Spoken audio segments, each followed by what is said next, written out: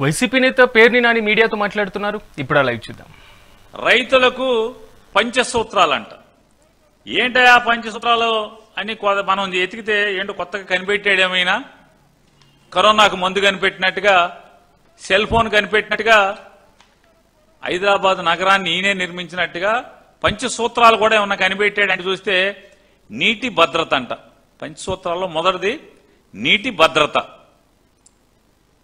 Demand ఆధారిత పంట సాగు, అగ్రిటెక్, 4వది ఫుడ్ ప్రాసెసింగ్, 5 ప్రపంచ వేదికగా మార్కెటింగ్. అంటే రైతులు ప్రపంచంలో ఆన్లైన్లోకి వెళ్ళి ఎక్కడ రేటు ఎక్కువగా ఉంటే అక్కడ అమ్మాలంట.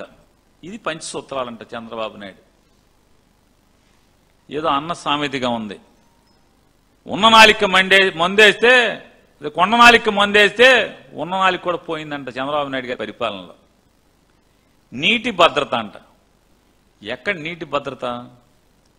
పక్కేమో నీళ్ళేమో కర్ణాటక వాళ్ళు, తెలంగాణ వాళ్ళు అడ్డగోలుగా దోచుకెళ్లే కార్యక్రమాలు వాళ్ళు చేస్తుంటే, మీరేమో పట్టనట్టేమో మీరు ముగ్గురు మీ దోపిడీలో మీరుండి వైజాగ్లో పొలాలు అమ్ముకోవటం, వైజాగ్లో స్థలాలు అమ్ముకోవటం, ఈ రాష్ట్రాన్ని దోచుకోవటం.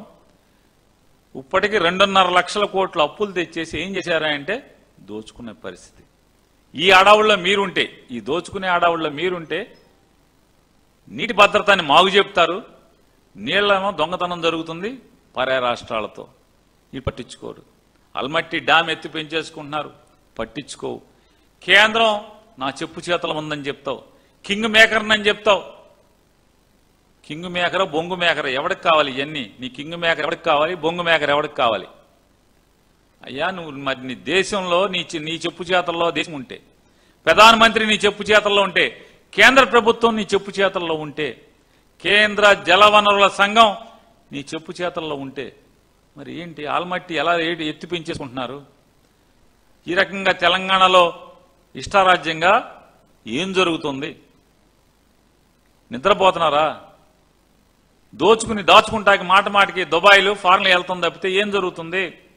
అందరినీ గాలి కొదిలి ఇయే మాటలు. 1996-97 సంవత్సరం నుంచి ఇయే మాటలు కదా. ఏమని? నీళ్లు కొలుస్తాం.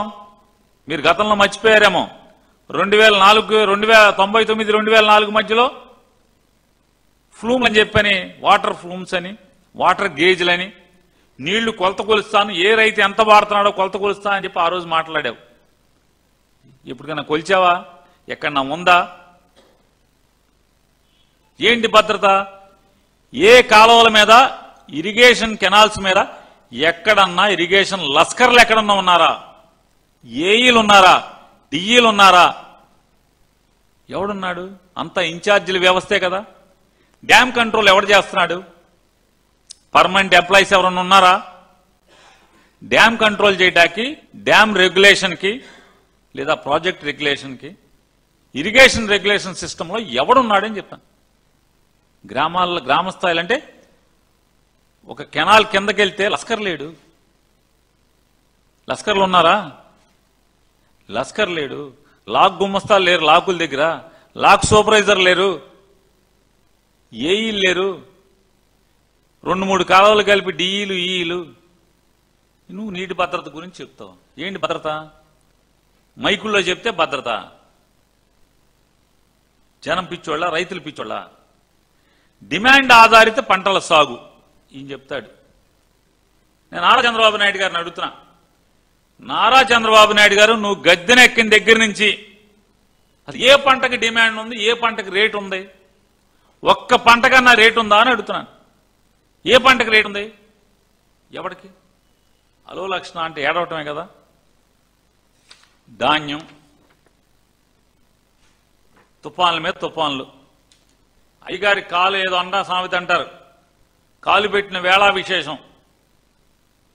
గుడ్డొచ్చిన ఏళ, బిడ్డొచ్చిన ఏళ అంటారు. ఈయన వచ్చాక అయితే అతివృష్టి లేదా అనావృష్టి, ఈ రెండే జరుగుతున్నాయి కదా ఇక్కడ.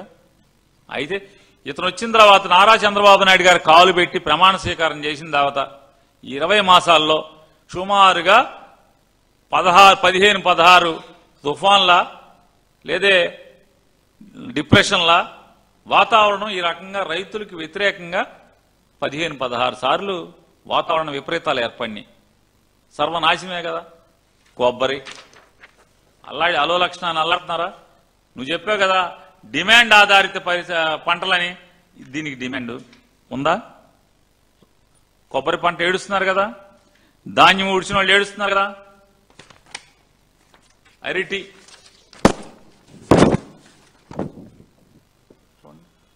పశువులు మేస్తున్నాయి. ఏంటిది? అరటి అయిపోయింది. పత్తి తొక్కేస్తున్నారు, తగలబెడుతున్నారు. రైతు ఎంత ఏడుస్తాడు. కడుపున పుట్టినటువంటి బిడ్డను పెంచినట్టుగా పంటను పెంచి